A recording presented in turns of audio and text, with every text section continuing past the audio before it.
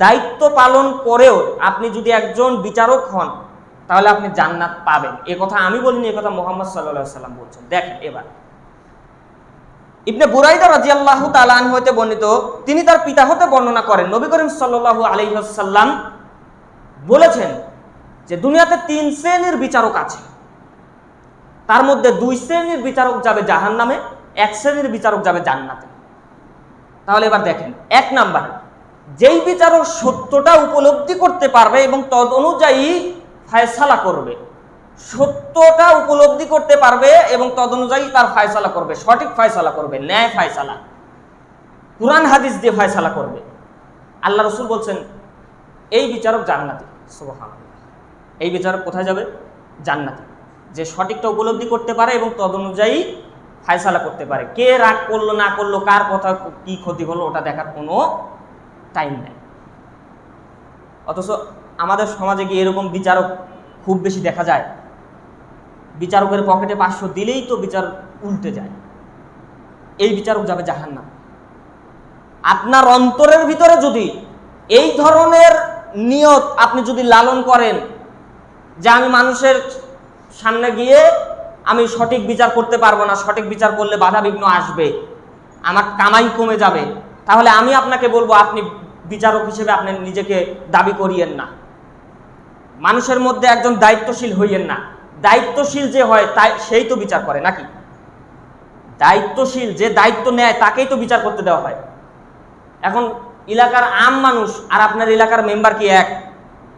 একটা আম মানুষ একটা কথা বলবে, মেম্বার একটা কথা বলবে, তখন মেম্বারেরটাই রাখা হবে, আম মানুষের কথা ছুঁড়ে ফেলা হবে। তেমনি দায়িত্ব যদি নেন, আপনি দায়িত্ব নিয়েছেন মানে আপনি একজন বিচারক।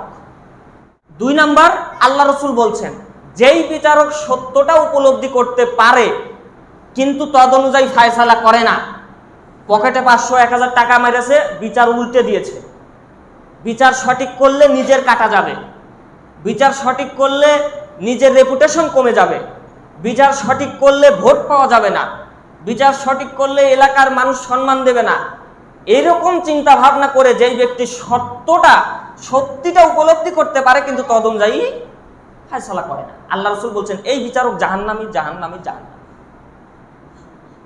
সুতরাং আমি আপনাকে বলতে চাই, যদি আপনার অন্তরে যদি এই নৈতিকতা, সেই পরিমাণ সাহস থাকে যে আমি মানুষের মাঝে যদি একজন দায়িত্বশীল হতে পারি, আমি যদি হই তাহলে আমি সঠিকটা উপলব্ধি করতে পারবো এবং তদ অনুযায়ী আমি ফয়সালা করতে পারবো, তাহলে আপনি দায়িত্ব নেন।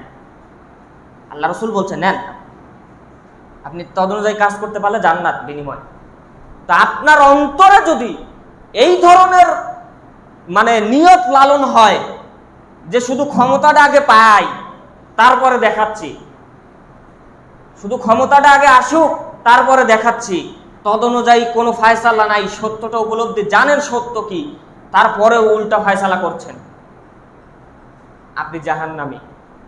3 নাম্বার ব্যক্তি, যেই ব্যক্তি সত্যটা উপলব্ধি করতে পারে না, তদ অনুযায়ী ফয়সালাও করতে পারে না, এ জাহান্নামী। অর্থাৎ অজ্ঞ, মূর্খ, যেটা আমাদের সমাজে এখন একদম ছড়িয়ে পড়েছে, মূর্খ লোকদের উপরে দায়িত্ব চাপিয়ে দেওয়া হচ্ছে। অথচ এটা কিয়ামতের একটা আলামত, যখন মূর্খদের উপরে কি যাবে? দায়িত্ব চলে যাবে। ও দায়িত্ব নেওয়ার যোগ্যই না, ওর উপরে দায়িত্ব দিয়ে দেওয়া হচ্ছে। পরে যখন দায়িত্ব পালন করতে পারে না, ন্যায় যখন অন্যায় করে ফেলে, তখন মানুষ বলে যে লোক খারাপ। আরে আপনি তো ভোট দিয়েছেন, আপনি তো তাকে দায়িত্বশীল বানিয়েছেন। সুতরাং 3 শ্রেণীর ব্যক্তি আমরা চিনলাম। 1 নাম্বার, যে সত্যিটা উপলব্ধি করতে পারে এবং তদ অনুযায়ী ফয়সালা করতে পারে, কোরআন হাদিস দ্বারা আল্লাহ যা অবতীর্ণ করেছে সেই অনুযায়ী ফয়সালা করতে পারে, এই বিচারক হলো জান্নাতি। এই বিচারক কি? জান্নাতি। আর যেই বিচারক কি করে না, সত্যটা উপলব্ধি করতে পারে কিন্তু তদ অনুযায়ী ফয়সালা করে না, এই বিচারক হলো জাহান্নামী। এবং আরেক শ্রেণীর বিচারক আছে যারা মূর্খ, অজ্ঞ, কিছুই জানে না। একটা স্বাক্ষর করতে হলে ভাড়া করে আনা সেন্টি লাগে, এই ব্যক্তি পেয়েছে সমাজের দায়িত্বশীল, এ সত্যটা উপলব্ধি করার মতো মেধাও নাই, এর সত্য বিচার করারও কোনো যোগ্যতা নেই, এও জাহান্নামী। কেন জাহান্নামী? তোমার ভিতরে যেই অ্যাবিলিটি নাই, তুমি কেন দায়িত্ব নিলে? তুমি জানো যে তুমি মূর্খ, তোমার দায়িত্ব পালন করার মতো কোনো অ্যাবিলিটি নেই, তাহলে তুমি দায়িত্ব কেন নিলে? আমি শুধু রাজনৈতিক বিষয় না, সকল বিষয়ের কথা বলছি। আল্লাহ রসুল তো বিবাহের ক্ষেত্রেও বলেছেন, যদি কোনো পুরুষের ক্ষমতা না থাকে সে যেন বিবাহ না করে। ক্ষমতা মানে কি? দায়িত্ব নেওয়া। দায়িত্ব নেওয়ার ক্ষমতাই যদি কোনো পুরুষের না থাকে তাহলে সে যেন বিবাহ না করে, সে যেন রোজা থেকে থেকে থেকে থেকে মরে যায়। এই দায়িত্ব কোন দায়িত্ব? যে আপনার কন্ট্রোলের বাইরে আপনার স্ত্রী যেতে পারবে না। আপনার স্ত্রী যেন বাড়ির বাইরে না যায়, আপনার স্ত্রী যেন বাপের বাড়ি একা না যায়, আপনার স্ত্রী যেন বাজারে না যায়, আপনার মেয়ে যেন বাজারে না যায়, আপনার স্ত্রী মেয়ে যেন বেপরদায় বাইরে না যায়। এটার নাম হলো ক্ষমতা। আর আপনি যদি মনে করেন যে আমি চাকরি ব্যস্ততায় বসে আছি, অফিসের ভিতরে আছি, স্ত্রী বলেছে যে মার্কেটে যেতে হবে, মার্কেট করার সময় নাই, ফোন করে বলে দিলেন আচ্ছা যাও তুমি আর খালেদা দুইজন মিলে যাও, বাজারে গিয়ে মার্কেট তোমাদের যা যা লাগে নিয়ে নাও, আমি টাকা পাঠিয়ে দিচ্ছি। আপনি হলেন দায়ুস, আপনার ক্ষমতা নাই, টাকা কামাই করেন বলে মনে করছেন আপনার ক্ষমতা। ওইটা আল্লাহ রসুল এই ক্ষমতার কথা বলে নাই। লাখ লাখ টাকা কামাই করা, স্ত্রী সন্তানদেরকে নিয়ে হই হল্লাস করা, এটার নাম আল্লাহ রসুল যে ক্ষমতার কথা বলেছে সেই ক্ষমতা, এটার নাম নয়। আল্লাহ রসুল যেই ক্ষমতার কথা বলেছে সেটা হলো চোখ যেদিকে যাবে স্ত্রী সন্তান সেদিকে ঘুরবে, এর নাম হলো ক্ষমতা।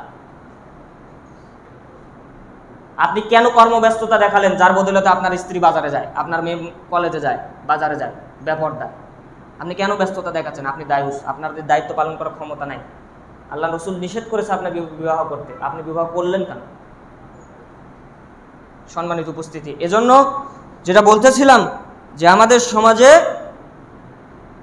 এমনভাবে যারা দায়িত্বশীল রয়েছে তাদেরকে সতর্ক হওয়া উচিত যে আল্লাহ রসুল বলেছেন দায়িত্বের অনেক ভার, যেটা তোমরা চেয়ে নিও না। দায়িত্বের অনেক ভার রয়েছে, তোমরা চেয়ে নিও না। আবার দায়িত্ব নিয়ে দায়িত্ব পালন করতে পারলে বদিলত জান্নাত, যেটা আপনাদের সামনে বললাম। সম্মানিত উপস্থিতি, আন আব্দুল্লাহ ইবনে আবি আওফা ক্বালা ক্বালা রাসূলুল্লাহ সাল্লাল্লাহু আলাইহি ওয়াসাল্লাম, আব্দুল্লাহ ইবনে আওফা রাদিয়াল্লাহু তাআলা আনহু হতে বর্ণিত, তিনি বলেন রাসূল সাল্লাল্লাহু আলাইহি ওয়াসাল্লাম বলেছেন, ইন্নাল্লাহা মাআল কদি মা লাম ইয়াজুর। আল্লাহ রসুল বলেছেন যে যতক্ষণ পর্যন্ত কোনো বিচারক অন্যায় বিচার না করে ততক্ষণ পর্যন্ত ওই বিচারকের সাথে আল্লাহ থাকে। সুবহানাল্লাহ। ততক্ষণ পর্যন্ত বিচারকের সাথে কে থাকে? আল্লাহ থাকে। এরপর আল্লাহ রসুল বলছেন কি?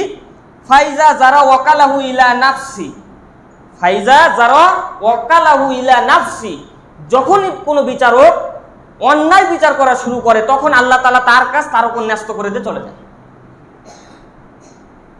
তাহলে কি বুঝতে পারলেন এই হাদিস থেকে? তাহলে আমাদের সমাজে যারা বিচার কার্যালয়ে আছে, যারা বিচারক, তাদেরকে দেখে আপনার কি অনুভূতি এখন হচ্ছে বলেন? তারা কি ন্যায় বিচার করে নাকি অন্যায় বিচার করে? সেটা হোক যে কোন ক্ষেত্রে, অন্যায় বিচার করলেন আপনার ওই কাজ আল্লাহ আপনার উপর ন্যস্ত করে দিয়ে চলে গেল।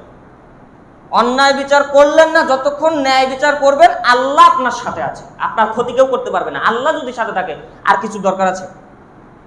কি মনে হয় আর কিছু দরকার আছে? কিচ্ছু দরকার নেই। আপনি ন্যায় বিচার করেন, দুনিয়ার মানুষ আপনার বিরুদ্ধে যাক, তবুও আপনার কোনো ক্ষতি করতে পারবে না, কারণ আপনার সাথে কে আছে? আল্লাহ আছে। আর যখনই আপনি অন্যায় বিচার করবেন তখন এই যে হাসিনার মতো দেশ ছেড়ে 60 মিনিটের ভিতর দেশ ছেড়ে পালাতে হবে। কথা বলে ঠিক কিনা? হাসিনার মতো 7 মিনিটের ভিতরে হেলিকপ্টার উঠে দেশ থেকে পালাতে হবে যদি অন্যায় করেন। এই ক্ষমতা চিরকাল থাকবে না। অন্যায় বিচার করে আসলে এই ক্ষমতা চিরকাল থাকবে না। কিয়ামত হওয়ার আগে আল্লাহ তাআলা, কিয়ামতের 1 সেকেন্ড আগে হলেও গোটা ওয়ার্ল্ডে, গোটা পৃথিবীতে আল্লাহ তাআলা ইসলাম কায়েম করার পরে আল্লাহ তাআলা দুনিয়া কিয়ামত সংগঠিত করবেন, এর আগে করবেন না। আপনি বিশ্বাস করেন এর আগে আল্লাহ করবেন না। এখন যে অবস্থা আমাদের দেশের, এই অবস্থায় কিয়ামত হবে না, বিশ্বাস করেন হবে না। ইসলাম কায়েম হবে, আপনার দ্বারা না হোক আরেকজনের দ্বারা হবে। আলেম দিয়ে যদি ইসলাম কায়েম না হয় তাহলে জেনারেল শিক্ষিত মানুষ দিয়ে, জেনারেল শিক্ষিত যুবকদের দিয়ে আল্লাহ তাআলা ইসলাম কায়েম করাবে, যার বাস্তব উদাহরণ এখন বর্তমানে দেখা যাচ্ছে না? আমাদের শায়েখ ইন্ডিয়া থেকে আসা বন্ধ করে দেয় নাই, এই অক্টোবর মাসের মাহফিল বন্ধ করে দেয় নাই, বিরাদার রাহুল ভাইজানের মাহফিল বাতিল করে নাই। এরা কারা করেছে? বিরাদার রাহুল ভাই কি কোনো রাজনৈতিক দলের সাথে জড়িত? তার কি দরকার? সে তো ভারতের লোক। তার মানে রাজনৈতিক কোনো দলের থেকে একটা বাধা না আসলেও এক শ্রেণীর রাজনৈতিক দল আছে যারা বাধা দিয়েছে, যা বলা যাবে না এখন যেহেতু ভিডিও হচ্ছে। তো যাই হোক, যেটা বলতেছিলাম, ব্রাদারহুল ভাইকে আসতে দেওয়া হলো না। ইনি হলেন একজন হিন্দু ঘরের সন্তান ছিলেন, হিন্দু। আল্লাহ তাআলা তার মাথার ভিতরে এমন দ্বীনের জ্ঞান দিয়েছেন, যে জ্ঞান দিয়ে তিনি শুধু মুসলিম নয়, শুধু নামধারী মুসলমান আলেমদেরকে দাফন করে না, সে একদম ইহুদি নাসারা থেকে শুরু করে প্রত্যেকটা নাস্তিককে, প্রত্যেকটা বিদাতি, প্রত্যেকটা শিরকি আলেমকে, নাস্তিককে সে হেঁটিয়ে দেয়, দাফন করে দেয়।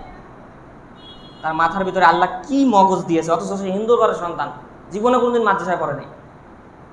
এই যে আকবর বিন আবেদ চিনেন না? আমরা দ্বিতীয় আব্দুর রাজ্জাক বিন ইউসুফ নামে যাকে চিনি, যার ভং চং আমার কাছে সবই আব্দুর রাজ্জাকের মতো লাগে, সব। এই যে নাটোরে এসেছিল গতকাল, আমার ভাই আমার বাবা গিয়েছিল আলোচনা শুনতে, আমি যেতে পারিনি, আমার পড়াশোনা স্টাডি করা লাগছে আপনাদের জন্য, এর জন্য যাইনি। তো গতকাল গিয়েছিল তারা। আকবর বিন আবেদ কেমিস্ট্রিতে অনার্স, আপনি খোঁজ নিয়ে দেখেন, কেমিস্ট্রিতে অনার্স করা, অর্থাৎ রসায়নের উপরে অনার্স মাস্টার্স করেছে। অথচ তার দ্বীনের জ্ঞান, সে যখন কথা বলে মনে হয় মুখ থেকে একটা বারুদ বের হচ্ছে। কি তার আলোচনা শোনেন না? তার আলোচনা শুনলে কি মনে হয়? মনে হয় যে মাথার ভিতরে মনে হয় যে এক জাহাজ বিদ্যা নিয়ে বসেছে, অথচ কেমিস্ট্রিতে অনার্স।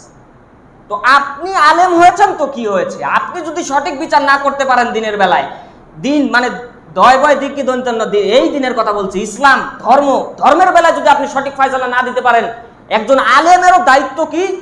নবী রাসূলরা যেভাবে দিন প্রচার করেছে সেভাবে দিনকে প্রচার করা। আলেম হয়েছেন মানে একজন দায়ী হয়েছেন, মানে একটা ইসলামের দিন প্রচারের দায়িত্ব নিয়েছেন। কি আমি কি সাধারণভাবে চলতে পারবো? এখন আমার কি সাধারণভাবে চলা সম্ভব? যা মুখে আসবে তাই বলা সম্ভব আমার দ্বারা? কখনোই না, কেননা আমি দায়িত্ব নিয়েছি। আল উলামা ওয়ারাসাতুল আম্বিয়া, আলেম ওলামা হলো নবী রাসূলের উত্তরাধিকারী। নবী রাসূলরা যে কাজ করেছে আমি সেই দায়িত্ব নিয়েছি, আমি তাদের উত্তরাধিকারী। সুতরাং আলেম সমাজ যদি নবী রাসূলের নামে উল্টাপাল্টা ফতোয়া দেয়, আলেম সমাজ যদি নবীর শানে খারাপ কোনো কথা মন্তব্য করে, আলেম সমাজ যদি বেদাতের কথা বলে না, বেদাত আরো বরঞ্চ বেদাত সমাজে প্রচলন করে, শিরিক করে, তাহলে আমি বলবো ওই আলেমও একজন অন্যায় বিচারক, তারও জাহান্নাম নিশ্চিত। কথা কি ভুল বললাম? ওই আলেমও একজন অন্যায় বিচারক, সে ধর্মের নামে অন্যায় করেছে। সম্মানিত উপস্থিতি, যে কথা বলছিলাম, আল্লাহ রসুল বলছে যতক্ষণ পর্যন্ত কোনো ব্যক্তি ন্যায়ের পথে কি করে, যখন ন্যায়ের পথে বিচার করে ততক্ষণ পর্যন্ত আল্লাহ তার সাথে থাকে। আর যতক্ষণ পর্যন্ত ন্যায় মানে অন্যায়ের সাথে চলে যাবে, যখনই বিচার অন্যায়ের পথে চলে যাবে, অন্যায়ভাবে হবে, তখন আল্লাহ তাআলা তার কাজ তার উপর দিয়ে চলে যাবে, ন্যস্ত করে দিয়ে চলে যাবে। এই জন্য সর্বদা যারা দায়িত্বশীল, মসজিদের দায়িত্বশীল হোক, মাদ্রাসার দায়িত্বশীল হোক, বাড়ির দায়িত্বশীল হোক, রাজনৈতিক কাজের দায়িত্বশীল হোক, যেখানকার যেভাবে আপনি দায়িত্বশীল হন, আপনার উচিত হলো ন্যায়কে মানে উপলব্ধি করা এবং তদ অনুযায়ী কুরআন হাদিস দ্বারা ফয়সালা করা। সত্য বলতে কখনো ভয় পাইয়েন না, সত্যের সাথে আল্লাহ আছে। সত্যের সাথে কে আছে? আল্লাহ আছে। সত্য বলতে ভয় পাইয়েন না। আপনি বলেন, আজকে আলেম সমাজরা, অধিকাংশ আলেম সমাজরা যারা একবারেই মূর্খ, যারা কিচ্ছু জানে না, এরা হলো কিরকম, ওই মনে করেন বেশি লাফালাফি করে। যারা সহিহ হাদিস আকীদার অনুসারী আলেম, তাদের সাথে বেশি দাফাদাফি পারে। আমাদের থানাতে এই যে আরিফুল ইসলাম রাজা, অনেকেই চিনেন ভাইজানকে, তার মাদ্রাসা, তার বাড়ির সাথে মহিলা মাদ্রাসা, সেখানকার একটা মহিলা মাদ্রাসা নতুন করেছে, সেই উপলক্ষে একটা মাহফিলের আয়োজন করা হয়েছিল, যেখানে প্রধান বক্তা ছিলেন হলো বাশার বিন হায়াত আলী ভাই, আর দ্বিতীয় বক্তা ছিলেন আবদুল্লাহ বিন ইরশাদ ভাই। আবদুল্লাহ বিন ইরশাদ ভাই যে আলোচনা করছে, এই আলোচনা হয়তোবা তাদের মানে আর সহ্য হয়। তারা একদম বই টই নিয়ে, ছোট ছোট পোলাপান, যেসব পোলাপান এই পর্যন্ত মনে হয় হেফজই শেষ করতে পারে না, এইসব পোলাপান নিয়ে, বই টই নিয়ে মাহফিলের ভিতরে এসে একদম হট্টগোল সৃষ্টি করে। আমরা এত বললাম যে আচ্ছা বসেন আপনারা আমাদের সাথে, আমাদের দুই আলেম তো আছে, আমাদের দুইজন আছে, আপনারা দুইজন তাই এসেছেন বই টই নিয়ে, আপনারা বসেন, রাজা ভাইয়ের বাসায় রুমের ভিতর বসেন, কেউ থাকবে না, শুধু আপনারা দুজন, এই পক্ষের দুজন ওই পক্ষের দুজন, শুধু বসেন। তারা তো বসলোই না, শুধু শুধু তাদের আমাদের পরিবেশ নষ্ট করে দিয়ে তারা চলে যায়। এরা হলো মূর্খ, কিন্তু লাফালাফি বেশি। আর যাদের ভিতরে আসলেই দ্বীনের জ্ঞান আছে, মানে কুরআন হাদিস সম্পর্কে সহি জ্ঞান আছে কিন্তু মানে না, তারা দেখবেন তাদের কাছে যদি বলেন যে হুজুর আহলে হাদিসদের এক বক্তা বলল যে রফলে দান করে সালাত আদায় করলে নাকি নেকি বেশি, জোরে আমিন বলতে হবে, এ বিষয়ে আপনি কি বলেন? তখন ও বলবে কি, আরে এসব বিষয়ে আপনি এত করেন না, তো ওরা করতেছে করুক, ওদেরকে ছেড়ে দেন এসব। মানে ও আর লাগতে আসবে না, কারণ ও জানে যে ওরা সঠিক। কারণ ও কি জানে যে ওরা সঠিক, ওরা ন্যায়ের উপরে আছে। এখন আপনি যদি ন্যায়ের উপরে যদি অন্যায় নিয়ে আসেন, ওই অন্যায় টিকবে? ন্যায়ের কাছে অন্যায় টিকবে না, যার কারণে ও কোনো ফতোয়াই দিবে না। আর যে দিবে উল্টা পাল্টা, ও কিছুই জানে না, মূর্খ, ও কিচ্ছু জানে না। তো যে কথা বলতেছিলাম, সত্য বলতে ভয় পাবেন না। যে যে দায়িত্বে আছেন, আমরা প্রত্যেকেই একজন না একজন দায়িত্বশীল, কোনো না কোনো দায়িত্ব আমরা পালন করি। পরিবারের দায়িত্ব, সমাজের দায়িত্ব, আবার আপনার রাষ্ট্রের দায়িত্ব, গণতন্ত্রের দায়িত্ব, আমরা কোনো না কোনো দায়িত্ব আমরা পালন করি।